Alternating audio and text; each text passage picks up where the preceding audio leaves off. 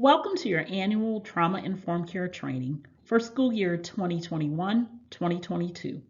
My name is Shannon Lumar. I'm the Director of Elementary Guidance and Counseling Services.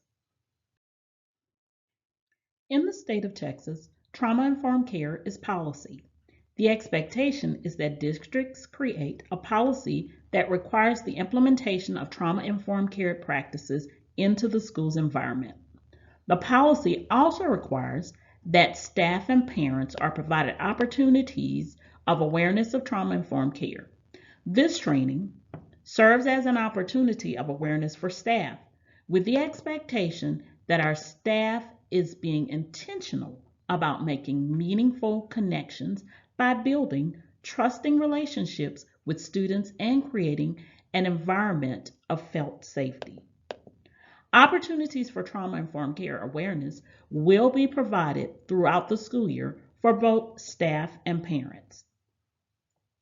The term staff includes counselors, administrators, and teachers.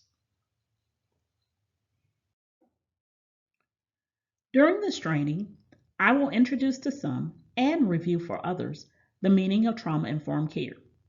We will also discuss strategies for responding to students who have experienced trauma and explore ideas of how the staff can support and integrate social-emotional learning and trauma-informed care into your daily classroom activities and routines. Before we dive right into trauma-informed care, I'd like to take just a few minutes to look at some of the experiences that may be considered traumatic for our students. Last year, our professional school counselors provided face-to-face trauma-informed care training on campuses. During that training, we dug really deeply into defining trauma, looking at the different types of trauma, providing activities where you had the opportunity to have discussions with your peers about the different types of trauma, experiences that can be considered trauma, and some of the behaviors that you witness in your students when they have had some of these traumatic experiences, and how we respond or how we should respond. I also provided online training for new employees. I will be providing the link of that online video for you to have to view at your leisure if you'd like to view it. Today we're doing a review, so we're going to take just a few minutes to look at some of these experiences. I'd like to keep at the forefront of your mind these different experiences that your students may have had, or some things that they may be dealing with that causes some of the behaviors that you see. I want to remind you that traumatic experiences can be different for everyone. What might be traumatic for one may not be traumatic for the other. Know that you can have students in your class who are experiencing the same things or have experienced some of the same things, but they respond to them totally differently. You can have students within the same families that are living in the same house that respond to things, situations, and circumstances differently. That could be due to their support system, or it could just be their perception or their beliefs, how they view things. But know that traumatic experiences are different for everyone. Also remember that anything that causes hurt, anything that is a loss, any type of abuse, any feelings of discomfort or fear can be considered to be traumatic.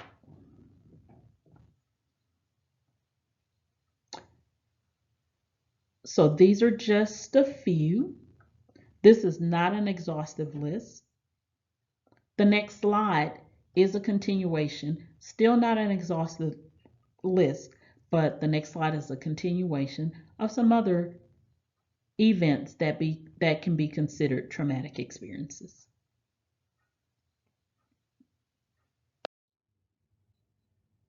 On this slide, you might notice that the events are more environmental situations that children may experience indirectly. For example, let's look at the community violence. Perhaps you have a child who has to walk to school every morning. Perhaps that child is always hearing about violence in their neighborhood. They may have loved ones that have experienced some violence. They may have had a loss due to some things that's going on in their immediate environment, and they're having to walk to school.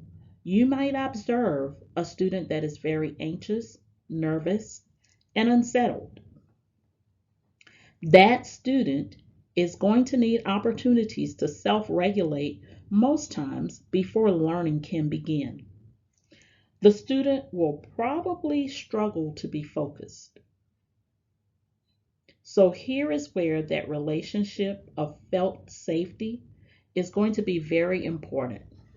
It may take some time before you get to the root of the problem, but once you find out the need, then educators should partner together to see how we can help, like maybe helping the student to find a walking buddy that they might feel safe with, or talking with the family and seeing what may be needed to provide transportation for that student.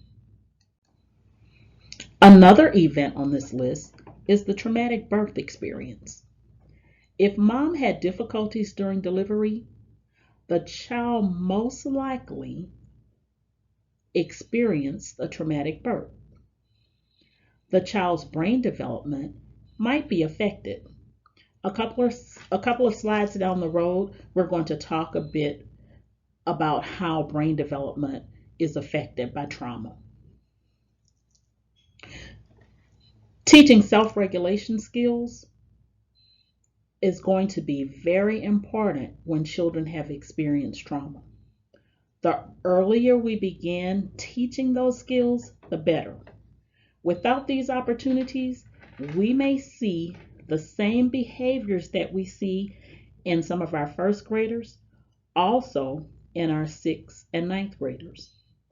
Sometimes it could just be that our students need to develop and mature through learning experiences, or there may be a need to provide specific opportunities for self-regulation.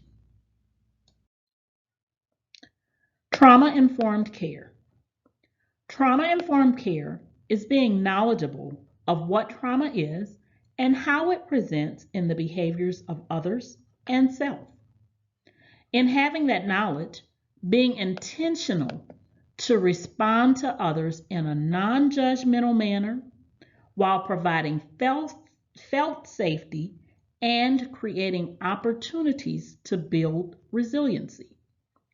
When we're faced with the challenging behaviors of others, asking ourselves questions like, what has happened to him or her? Not, what is wrong with you? Intentionally seeking the why beyond the behavior, and then providing opportunities to empower the individual for success. One of the first steps when discussing trauma-informed care is to seek to understand brain development and how traumatic experiences affects brain development. As a brief introduction or reminder, we're going to look at the following diagram.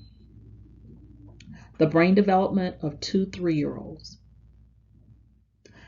I am going to give you a few seconds to identify the differences, and then I am going to chime back in and share with you the differences that I have identified.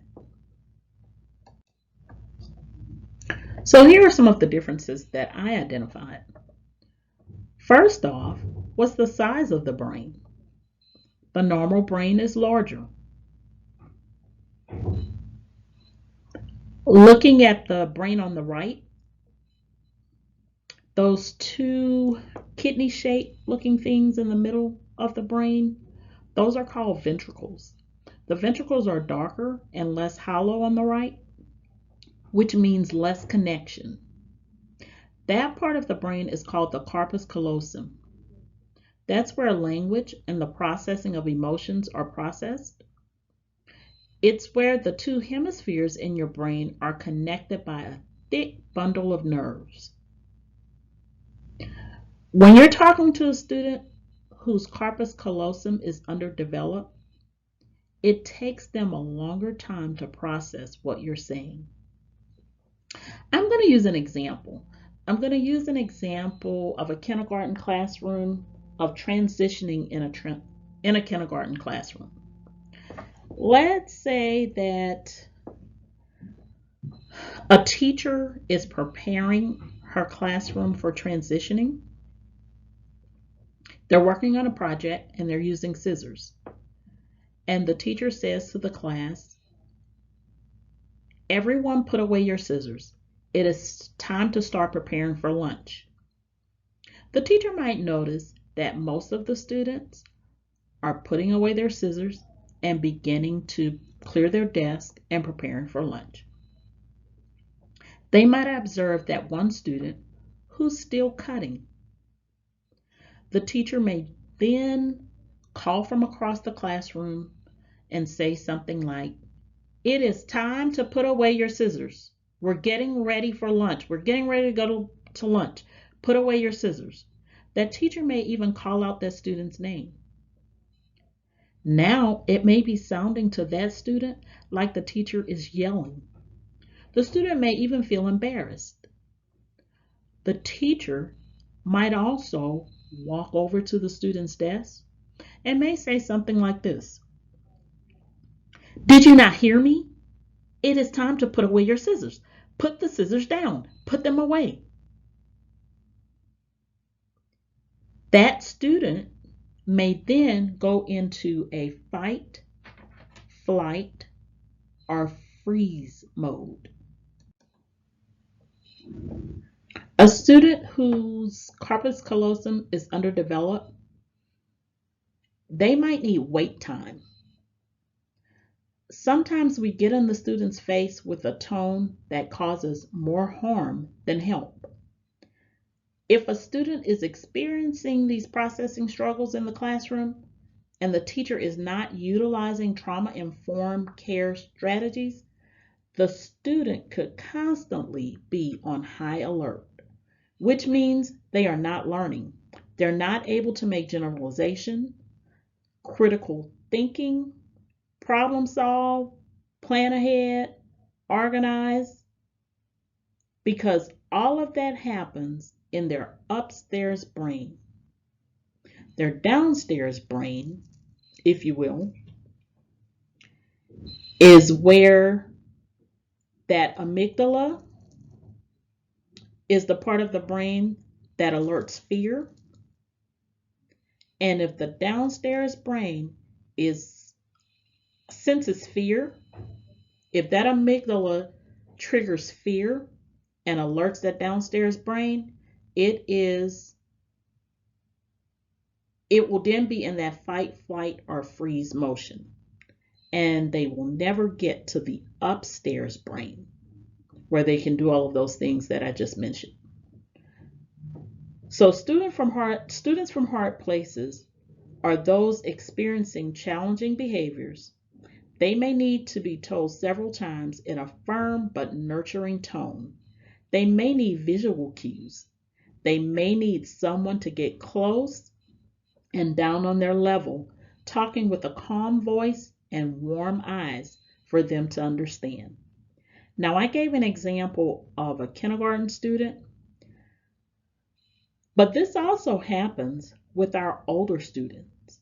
If they have never had the opportunity to learn self-regulation, if they've never had help co-regulating with adults, or they haven't been taught what their triggers are and how to self-regulate, they're experiencing the same process and struggles. So we're going to sum up how trauma affects the brain by watching a short video that provides a great analogy for teachers and the classroom. Hey, welcome back. Today I really wanted to think about what's the best way to teach teachers about trauma without getting them distracted with all the technical stuff, and what's the most important thing for them to understand and learn. And I thought that the best way to do it might be to just make a difference between a learning brain versus a brain in survival mode. So we'll just call it learning brain versus survival brain. And this is the difference. So learning brain is this brain that's open to learning new information, and it's completely okay with ambiguity and grays and vagueness, and it sees the big picture. It like pulls back and is on the balcony, can look over the forest and figure out what's going on. On an emotional level, people in learning brain feel calm, peaceful, maybe a little excited about what they're about to learn, maybe a little playful and having fun too, and definitely curious. And they're not afraid of making mistakes because it's just part of the learning process. And so they're not really thinking about themselves. And they actually feel a little bit of confidence that if they just apply themselves, they might pick up what they're trying to learn. Now, survival brain, on the other hand, is completely different. It's hyper-focused on threat. It doesn't like ambiguity. It wants clear, hard facts. It thinks in black and white terms. It doesn't want anything to be gray at all. And then emotionally, you can imagine that survival brain makes people feel panicky, feel like a little obsessive and afraid of getting things wrong. And they don't feel calm and open to learning new things. They just want to get things over with. And people in survival brain also really don't like making mistakes, and they are afraid of looking stupid too. So students in survival brain don't want to be picked on. They don't want to raise their hand and ask questions and look stupid. And so these people are also filled with doubt about their own ability to learn stuff, and they're afraid that other people can see how stupid they really are. Now, it's really important to understand how learning brain and survival brain interact, because survival brain always trumps learning brain. And it makes sense, because survival brain is just trying to save your life. And so if it thinks that there's something dangerous happening, you better pay attention to it, right? But the tricky thing is that as survival brain stays on longer and longer, it's harder to get out of that. And it's harder to really go into learning brain. And the way I think about it is kind of like the myth of Sisyphus. You know, that guy who has to push a rock up a hill, and then every day it falls back down and he has to do it over and over again. Well, being in learning brain is like being up on the high parts of that mountain. You can see the expanse of what's going on, but it also takes a lot of work to be up there. And at any second, if you're not paying attention and putting effort into it, it's so easy to slip back into survival brain again. And that rock that Sisyphus is trying to push up, well, that's kind of like stress. And the more stressed you feel, the heavier and bigger that rock gets, and it just pushes you back into survival brain quicker. Now, the kicker is that for traumatized people, stress is a really rigid and intense thing. And so with trauma, any little stress makes that rock grow way bigger than it normally would. And because people with trauma misperceive ambiguous situations as threatening and stressful, that rock just stays big all the time. Now, the good news is that the more you control stress, well, the easier it is to be in learning brain, right? Because that rock is a lot smaller. And what I really want to highlight for teachers is that the best way to keep students in learning brain goes back to why I spent so much time talking about attachment. Students best learn when they feel like they're safe and supported by the adults around them. So it's kind of like a baby elephant. You know how like on those nature shows, the baby elephant is like playing with leaves or exploring a tree or something like that and having a lot of fun. And the only reason why they can do that is because there's a whole group of mama elephants around that baby protecting it and looking out for danger. So a kid with trauma or who's stuck in survival brain, it's kind of like that baby elephant who doesn't have protective adults around them. They can't play and learn because they're way too focused looking out for threat and danger. So this is why I really believe that the most important thing that schools need to focus on, way more important than any kind of techniques or curricula, is really whether or not they are creating that environment where students feel like they're surrounded by these big mama elephants who are going to protect them and watch out for them and make them safe. And when students have that, I bet you it unlocks their curiosity, their eagerness to learn, and play as a way to learn. So I hope that's helpful. Let me know if you have any questions in the comments below. Thanks. The ACE, Adverse Childhood Experiences. We will not ask you to complete the ACE right now. This was a part of last year's training. We have provided a copy for you to complete at your leisure if you'd like. This is not something that you would share with students. This is for self-reflection. It's a tool that helps you to grasp a deeper understanding of the why beyond the behavior. And it also helps you to connect the dots of your own life's challenges. We will reference the ACE further along in the presentation. Now that you've got your ACE score, what does it mean? There are 10 types of childhood trauma measured in the ACE study. 5 are personal: physical abuse, verbal abuse, sexual abuse, physical neglect, and emotional neglect. There are, of course, many other types of childhood trauma. Watching a sibling be abused, losing a caregiver, like a grandmother, mother, grandfather, etc. Homelessness, surviving and recovering from a severe accident, witnessing a father being abused by a mother, witnessing a grandmother abusing a father, etc. The most important thing to remember is that the ACE score is meant as a guideline.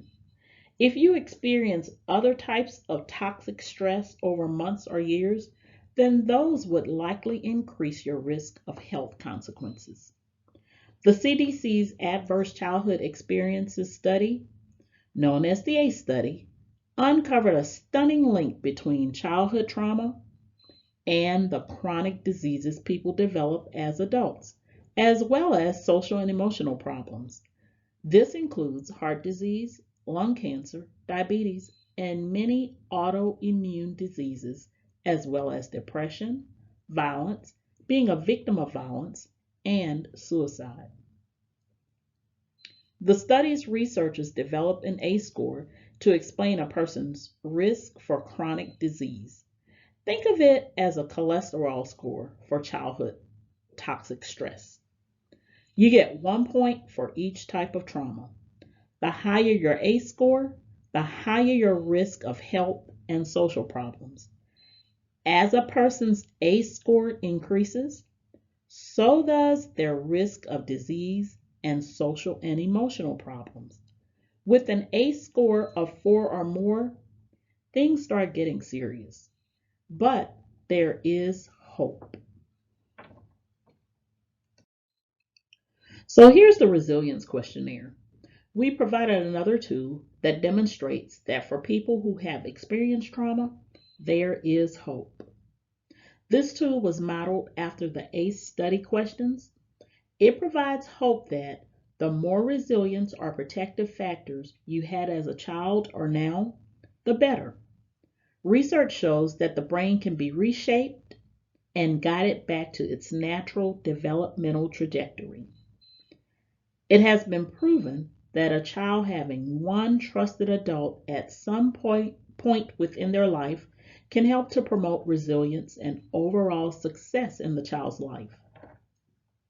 Because we're not asking you to complete the questionnaire right now, we provided a copy of the questionnaire for you, and the slide only shows a snippet. The questionnaire consists of 14 questions. Again, this questionnaire is not to share with your students.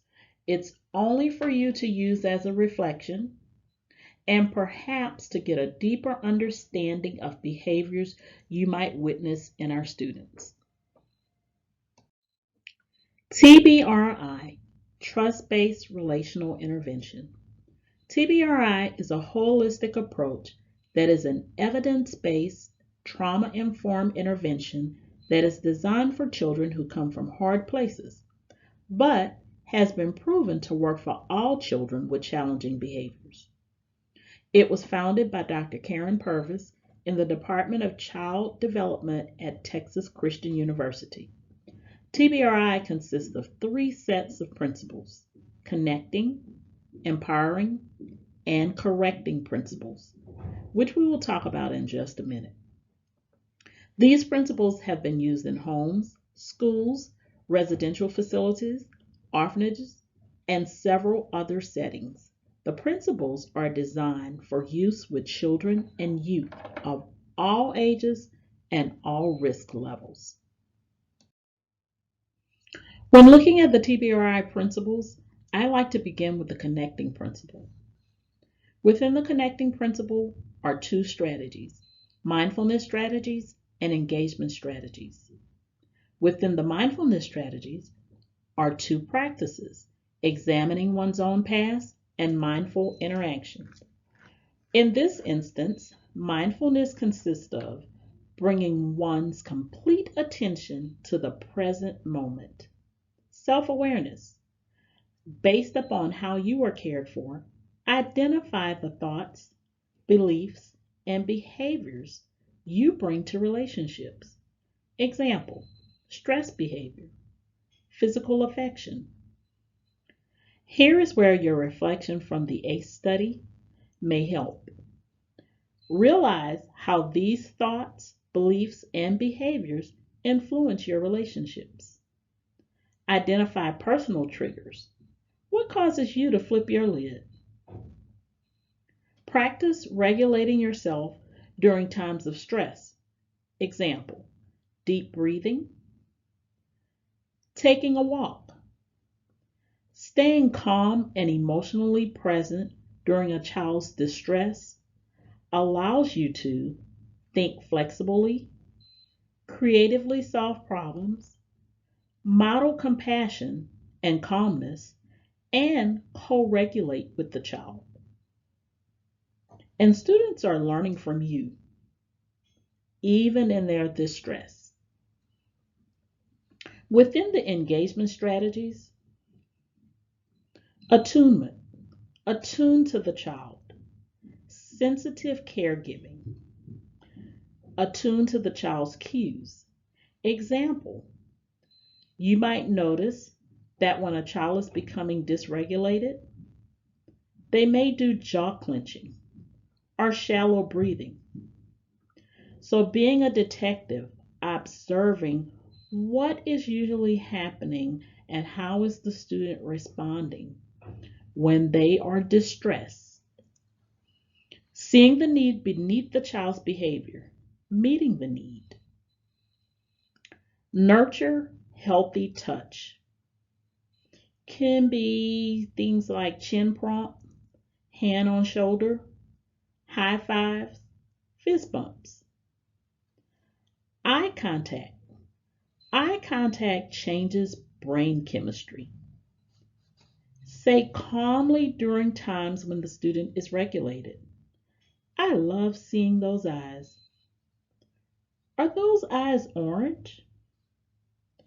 Cultural practices of children not looking adults in the eyes is usually associated with respect at times of chastisement.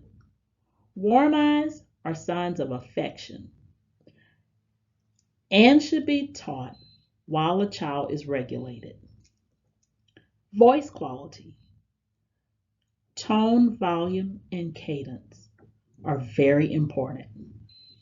Playful interaction, playing games, not being afraid to be silly, using imaginative play disarms fear.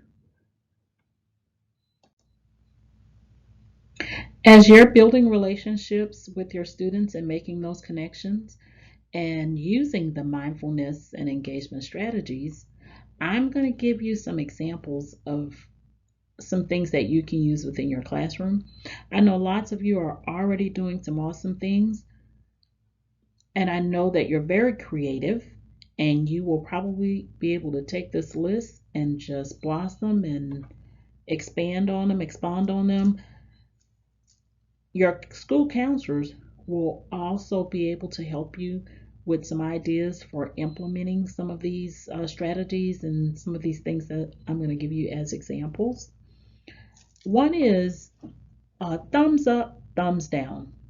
As you are being observant with your students and noticing some of their needs, as you communicate with them, this is a way that you can have them to communicate their needs with you. Once you have identified something that they may need, you might have them give you a thumbs up or thumbs down. That way it doesn't have to be always a conversation. Once you've identified the need, they can just make those connections with you that way, using the thumbs up, thumbs down. When helping to teach students about emotions, how to identify their emotions, what's appropriate and what's inappropriate, you can do that by using weather icons. Using the different weather icons to identify different emotions, and then talking about appropriate ways to express what you're feeling. And with that, you can have playful conversations about the changes in the seasons. In those conversations, you can talk about what kind of things that you would eat or drink during different seasons, being mindful of the changes in the seasons. This can also help you to remain mindful of what you need to help you to be prepared to make connections. Because remember, in the connecting principle, as we're helping our students, we also have to be mindful about how our interaction within the relationship and what do we need to be prepared to interact with our students. You might use a timer to check in and out with yourself and with your students. So you might use a timer within the classroom to have a time where you read the room. What's the energy in the room? What do your kids need? What do you need? We'll also provide you with templates of things that you can use with your class or for yourself, like scenery in a bag. You might have pictures, cut out pictures,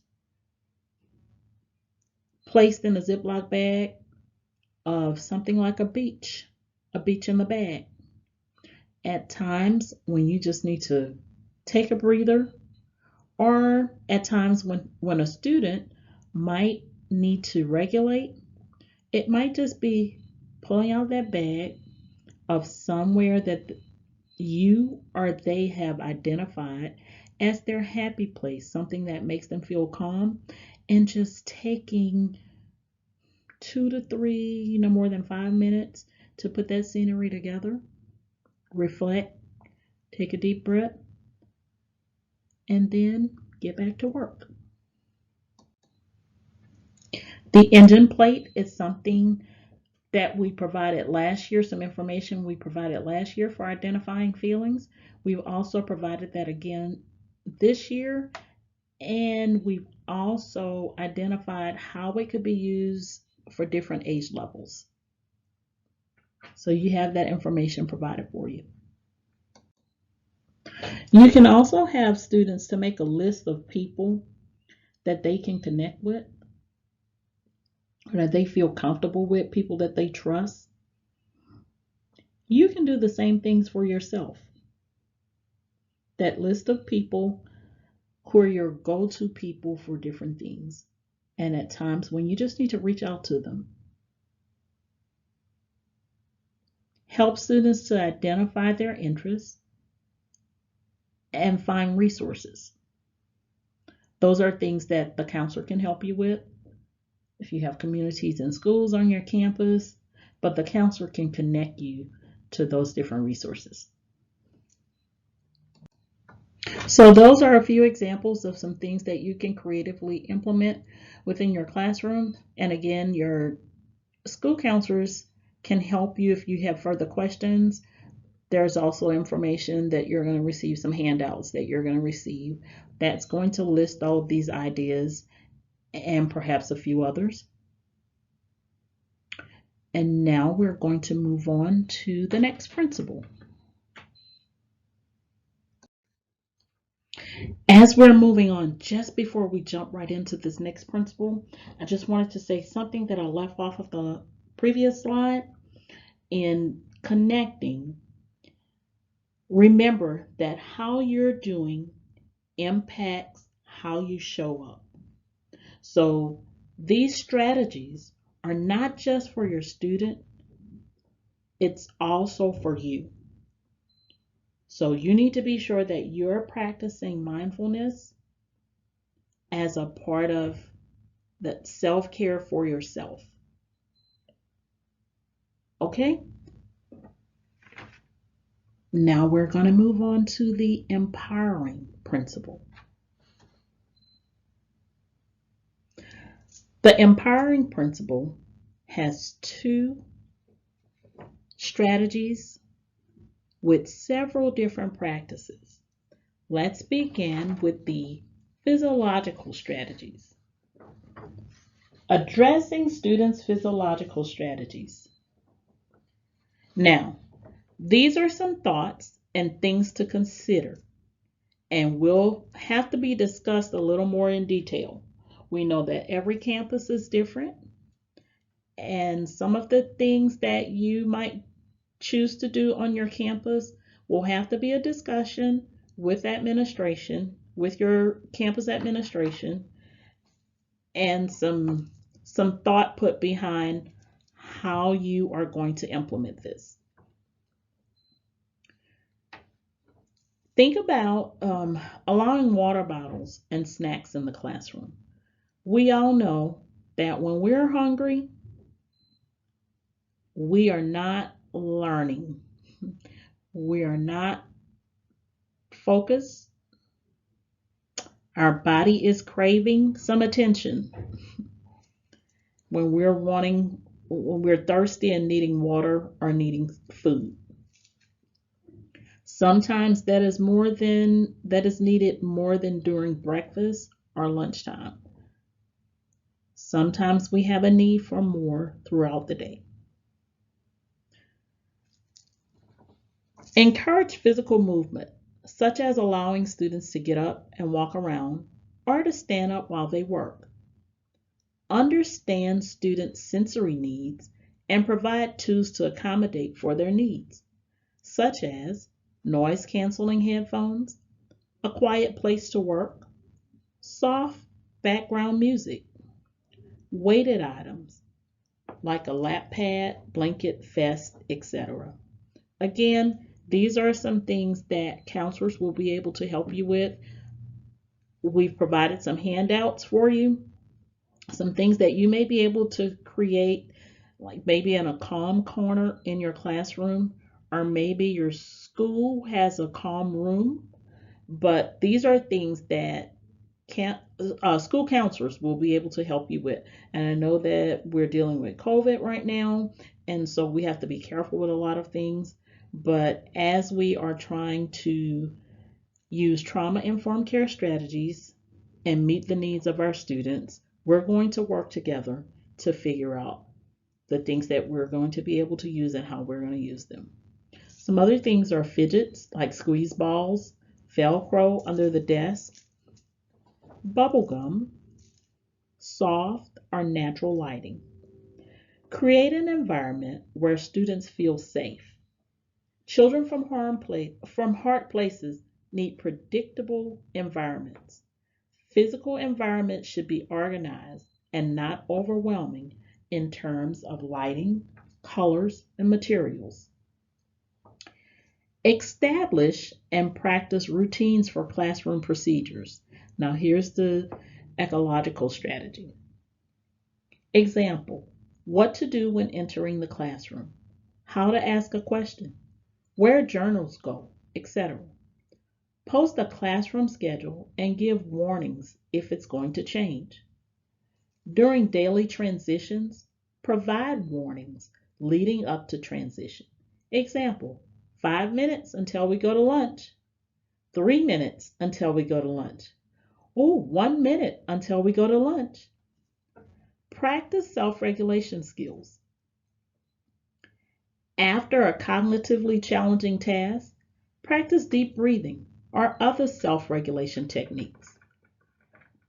Purposefully plan an activity that will excite students. Example, freeze tag, water balloon toss, science experiment. Then practice self-regulation or calming techniques. Help students identify their level of alertness. The correcting principle. There are 2 strategies within the correcting principle: proactive strategies and responsive strategies. Now, the proactive strategies are basically the strategies that are taught during the connecting and empowering principle. Choices, compromises, sharing power. Responsive strategies are the self-regulation skills that are taught as you're empowering students to identify their emotions, identify their triggers, and how to respond.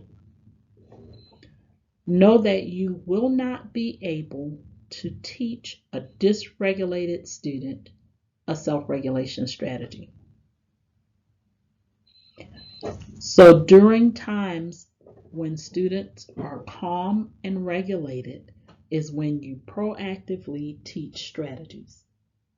So looking at the proactive strategies, give appropriate choices to share control without relinquishing control.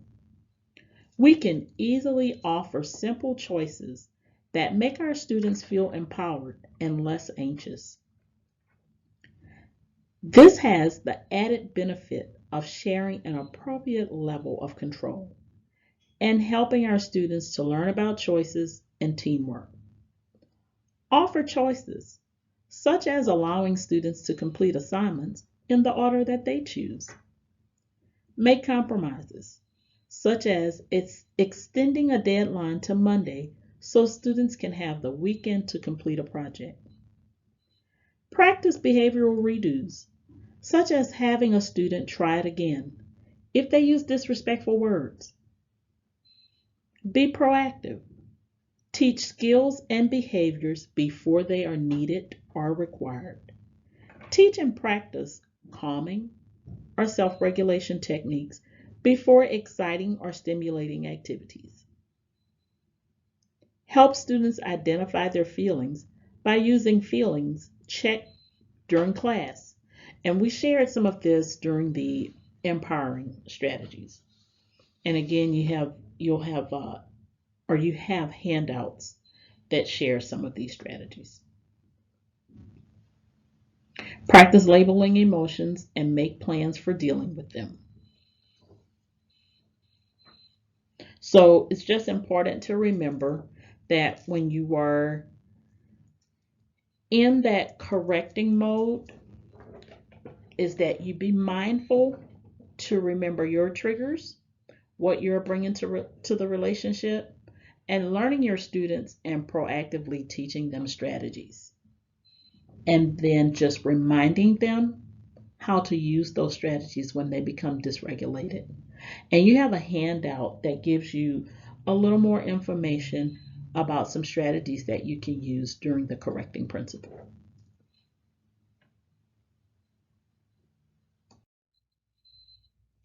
Putting the pieces together to create a trauma-informed school environment. Your school counselors will be modeling and sharing contents of the school counseling curriculum. Within the school counseling curriculum is social emotional learning and trauma-informed care. Teachers integrating that social emotional learning and the trauma-informed care practices in their daily classroom environment is putting the pieces together. We're all in this together. As your school counselors are modeling, reiterate what they're teaching. Your school counselors will lead the charge, but remember that you are who the students come into contact with first. You want those students in your classroom feeling safe, able to trust you, know that you care about them. You want them fully engaged and ready to learn. For some of them, they will need their teachers implementing some of these strategies. Your school counselors are there to help you with these challenges, to help provide strategies and tools for you, to come in and get in the trenches with you.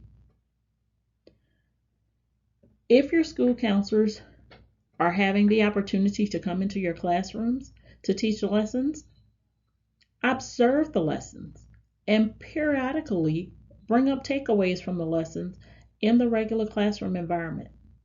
Have brief discussions about the character trait and how it applies in the classroom, as well as in daily life outside of the classroom.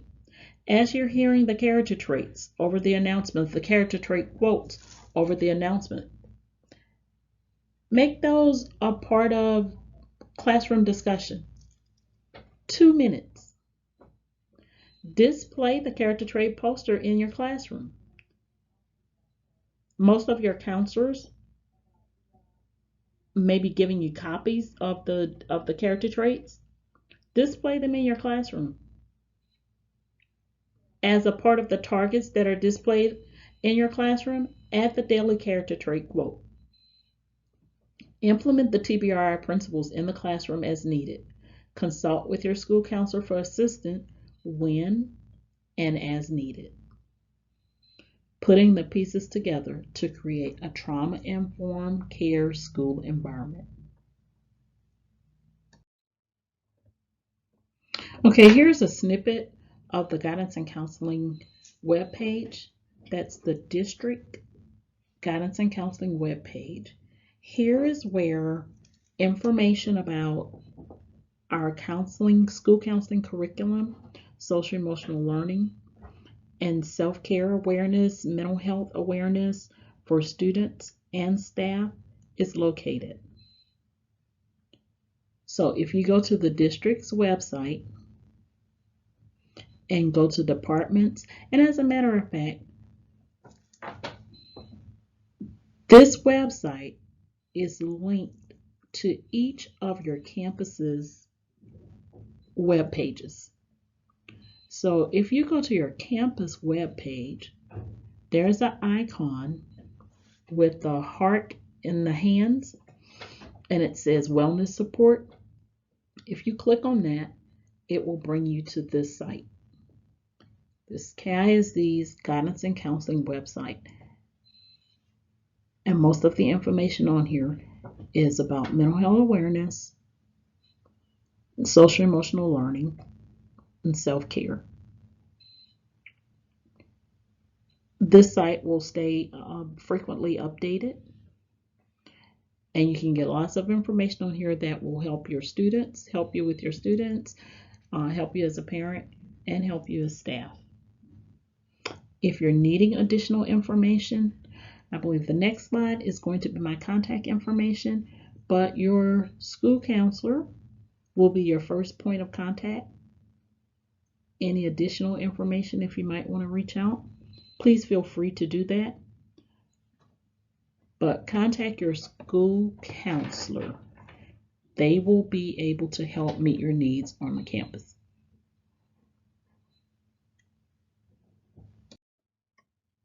And here is my contact information. My hopes are that you have received lots of good information from this resource that you can use in your classroom this upcoming school year. I will be providing additional trainings. You will be able to see the schedule of additional trainings on the website.